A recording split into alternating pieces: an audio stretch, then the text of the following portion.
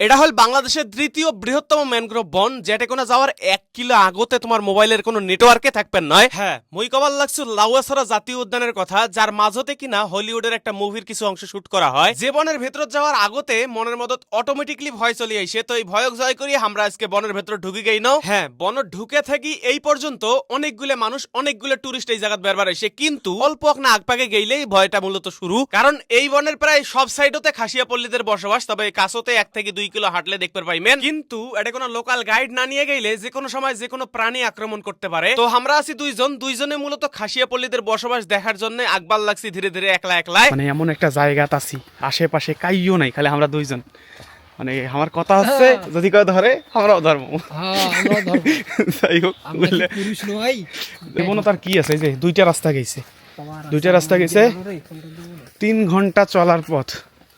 O my goodness, এটা হচ্ছে 3 ঘন্টা চলার পথ লাউয়াছড়া জাতীয় উদ্যান বন্যপ্রাণী। মানে এই জায়গাটা 3 ঘন্টা যাওয়া লাগবে। আর এই জায়গাটা উঁচা থেকে দেখিয়েছি, চলো। মানে ভয় লাগছে কারণ আশেপাশে কাইও নেই আসলে। আর এটা হচ্ছে লাউ। চলো ঘুরে যাই। ওই 150 টাকা মনে হয় লস হইবে। যে রেল লাইনটা আছে না, ওইটা হচ্ছে সবচেয়ে বাম্পার জায়গায়।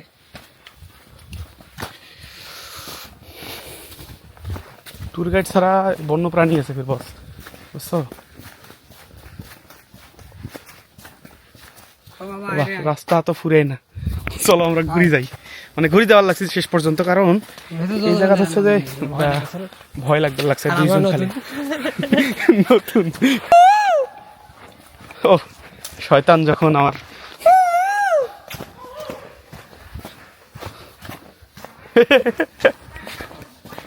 আপনারা কি দল নিয়ে আসছেন? এনাদের সঙ্গে যাই। দুইজন তাহলে আপনারাও চেনেন না, আমরাও চিনি না, একই দল। চলে, আল্লাহ ভরসা। আপনারা কোন জায়গা থেকে আসছেন? গোপালগঞ্জ। রংপুর। গোপালগঞ্জ তো এক জায়গা। আমরা না ভয় লাগতেছিল আর কি যাইতে, একটা টিম না থাকলে হয় না। তাহলে 8 জন আমরা হইলাম।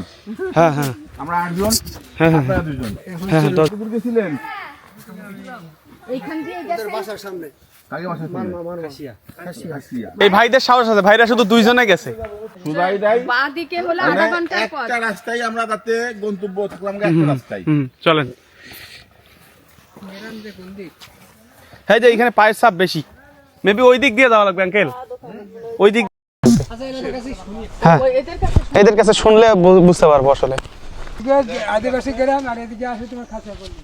এই জায়গাতে আসলে যাইমেন তাই অবশ্যই ট্যুর গাইড নিয়ে যাইমেন। আমরা যে দলটা দেখা পাইছি সেই দলও আবার অল্প না যাওয়ার পর আমরা ফেরত আসছে। পরবর্তীতে আমরা দুজন সাহস করে আগে খাসিয়া পল্লী পর্যন্ত গেছি।